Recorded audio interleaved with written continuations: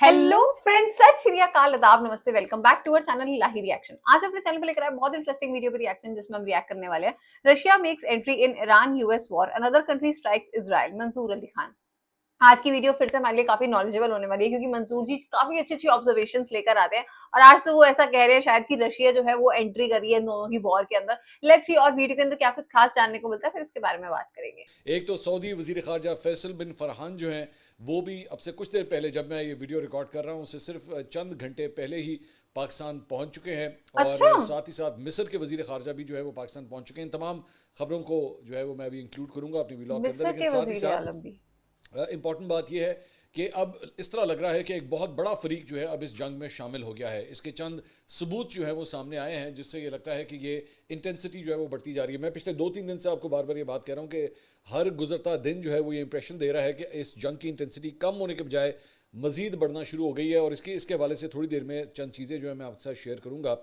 सबसे पहले आपसे रिक्वेस्ट के चैनल को प्लीज़ सब्सक्राइब ज़रूर किया करें जब मैं आपसे रिक्वेस्ट करता हूं, क्योंकि जाहिर बात है जब तक आप सब्सक्राइब नहीं करेंगे हमारी वीडियोस जो है वो हो सकता है अगर आप 1-2 दिन कभी मिस हो जाता है, आप नहीं देख सकते, तो यूट्यूब का जो एल्गोरिदम होता है वो फिर आपको रिकमेंड करना बंद कर देता है। लेकिन अगर आप सेम सब्सक्राइब हमारे करेंगे चैनल के लिए तो भी। फिर यूट्यूब जो है इसको अंडरस्टैंड करता है कि जी ठीक है, प्लीज आपको उसको ये चैनल सब्सक्राइब पसंद है कीजिए। और वो आपको फिर वीडियोस रेगुलरली रिकमेंड करता रहेगा। तो प्लीज़ इसलिए मैं बार बार रिक्वेस्ट करता हूँ कि आप चैनल को सब्सक्राइब जो है वो ज़रूर किया करें।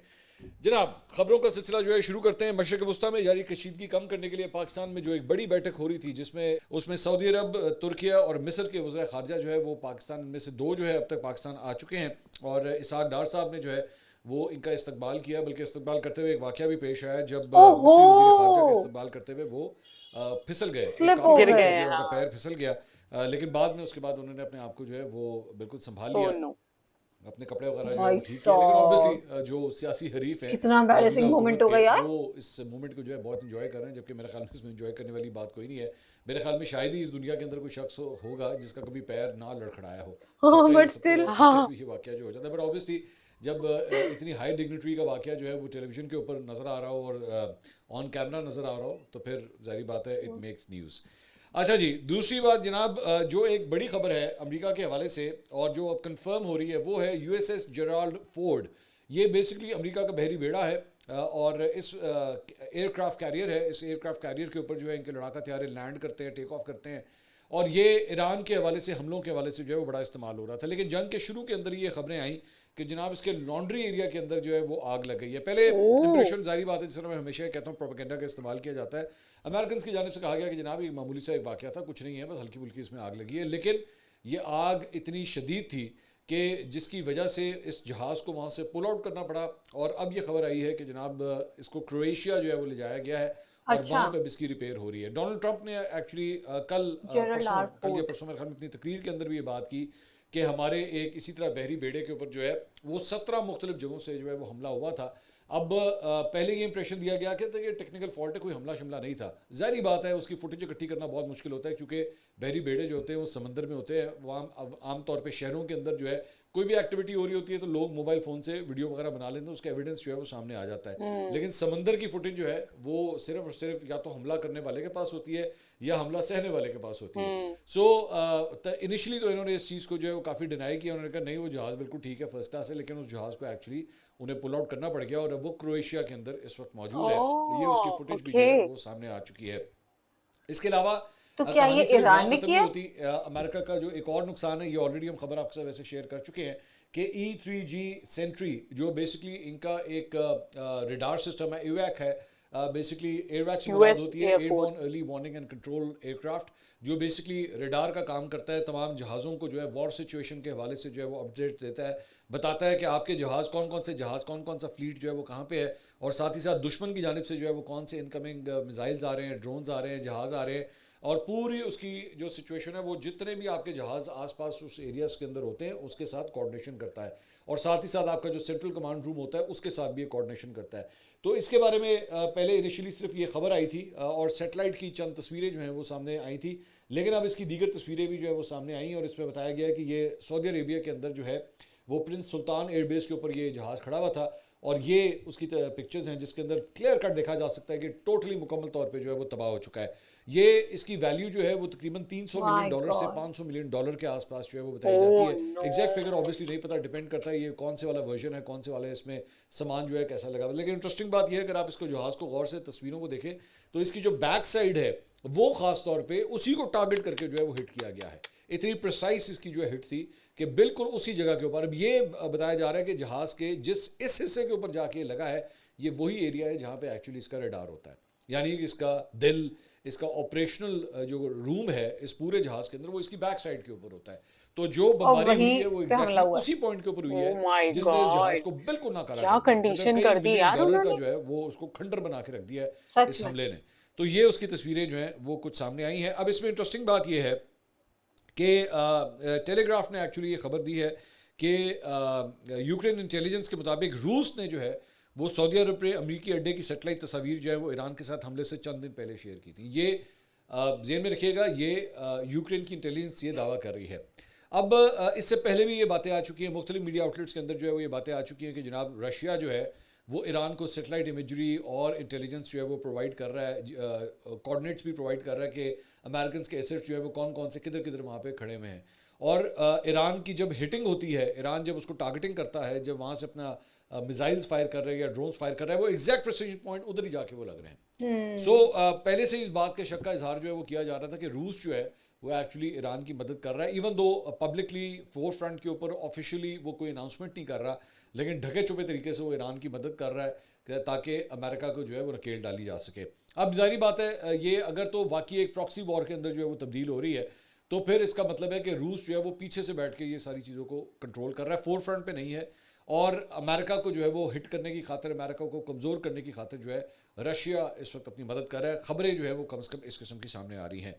इसके अलावा एक और ख़बर ये आई है कि जनाब ये एक्चुअली तस्वीर है और इसमें बताया गया है कि जनाब पेंटागन जो है वो ऐसे वेंडर्स तलाश कर रहा है, ऐसे अफराद तलाश कर रहा है जो इनके फौजियों के लिए उनको बंकर्स प्री-मेड दे बंकर्स। सकें। यानी ये आप अगर देखें ये बंकर जो है ये बना हुआ है और इसका बेसिकली मकसद ये होता है कि आने वाले मिसाइल्स, आने वाले ड्रोन्स अगर उनके कोई हमले होते हैं तो ये फ़ौजी जो है वो इसके अंदर पनाह ले सकें ताकि उनका जानी नुकसान जो है वो ना हो। लेकिन इंटरेस्टिंग बात यह है कि इन्होंने कंपनी से जो रिक्वेस्ट की है, इससे आपको एक्चुअली पता लगता है कि ये जंग जो है क्या किस तरफ की तरफ जा रही है। उन्होंने कहा कि जी हमें जो डिलीवरी टाइमलाइन है वो हमें 3 दिन, 15 दिन और 30 दिन, 1 महीना, हमें इसके बारे में बताएं कि अगर आप इतने इतने दिनों के ऊपर जो है हमें ये बंकर्स प्रोवाइड कर सकें तो उसके कितने आपकी कोटेशंस होंगी, कितने होंगे। तो अगर ये 15 और 30 दिन के भी डिमांड अगर बीच में कर रहे हैं तो क्या इसका मतलब है क्या बेसिकली आप इसको आधे महीने से ज़्यादा 1 महीने यानी कि 15 दिन से लेके 1 महीने तक इस जंग को ले जाने का इरादा रखते हैं। क्योंकि अभी तो रुकने का कोई जेडी आसार ही वैंस जो नहीं। कि वाइस प्रेसिडेंट है, उन्होंने कल भी ये बात कही थी कि जनाब हम बस इसको जल्दी जो है वो ख़त्म करने जा रहे हैं। लेकिन यहाँ पे जो दिफाई सामान की खरीदारी हो रही है अपने फौजियों के लिए वो कम से कम फिलहाल ये इंप्रेशन नहीं दे रही। हाँ। मैं और जेन में रखेगा, जारी बात अभी ऑर्डर दिया नहीं है, ये सिर्फ अभी कोटेशंस मांगी है, लेकिन नीयत इसके अंदर जो है वो कुछ अमेरिका की जो है वो डामाडोल ही लग रही है। इसके अलावा जनाब अल जज़ीरा ने ये एक फुटेज शेयर की है और इसके अंदर जो है वो देखा जा सकता है कि ये बेसिकली फुटेज पाकिस्तान इनकलाब की जानिब से जो है वो शेयर की गई है और उसके अंदर वो जो एक बिल्डिंग कोलैप्स हुई है बमबारी के नतीजे में, उसके अंदर एक रेस्क्यू के एहलकार जो है एक जिंदा शख्स को वहां से हाँ, उसका निकालने हाथ की जो है है वो कोशिश कर नीचे। रहे हैं। और कितना ओह मुश्किल काम माय है, मतलब गॉड। कितना डिफिकल्ट काम है कि कंक्रीट जो है उसको तोड़ना पड़ता है, उसके ऊपर जो है वो हथौड़े मारने पड़ते हैं, मशीनरी इस्तेमाल करनी पड़ती है ताकि उसको तोड़ा जाए, सरिये को वहाँ से काटा जाए, क्योंकि जाहिर बात है ये सीमेंट और सरिये के एक पूरे पहाड़ के नीचे जो है वो लोग दब जाते हैं। तो यहाँ पे एक जिंदा शख्स जो है उसको निकालने के लिए जो है वो कोशिश की जा रही है और कितना मुश्किल एफर्ट है कि time is also of the essence. ये नहीं पता वो बंदा कितना ज़ख्मी हुआ है, वो कितना उसका जो है वो अगर उसका खून बह रहा है तो जाहिर बात है उसको बहुत जल्द जो है वो फर्स्ट एड की ज़रूरत है। तो जल्दी जल्दी जो है इस काम को भी आपको पूरा करना पड़ता है। इसके अलावा इस बमबारी के नतीजे में ये एक तस्वीर आपके साथ जो है मैं शेयर करना चाहूँगा, इससे आपको आइडिया होता है कि जो जानी नुकसान होता है, ये किसी बच्चे या बच्ची का जो है वो एक पैर एक बिल्डिंग से निकला हुआ जो है वो नज़र आ रहा है और मुझे लग रहा है ऑब्वियसली कि वो बच्चा या बच्ची जो है अब इस दुनिया में नहीं रही।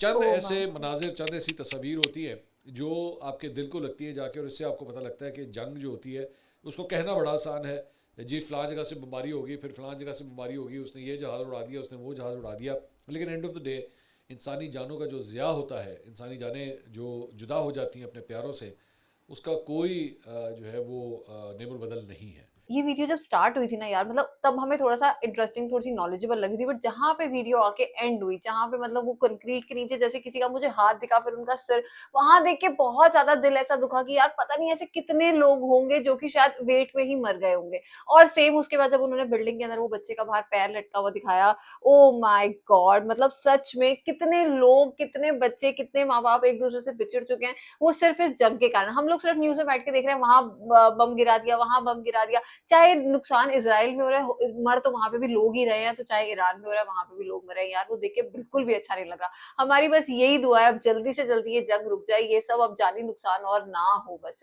आई थिंक ये वॉर अब यहाँ तक पहुंच चुकी है कि लोग पानी को तरस जाएं, लोग मौत को भी तरस जाएं, मतलब वो तड़फ रहे हैं तो उनको वही छोड़ा जा रहा है, क्योंकि ऐसी कंडीशन ही नहीं है कि उन्हें निकाला भी जा सके वहां से।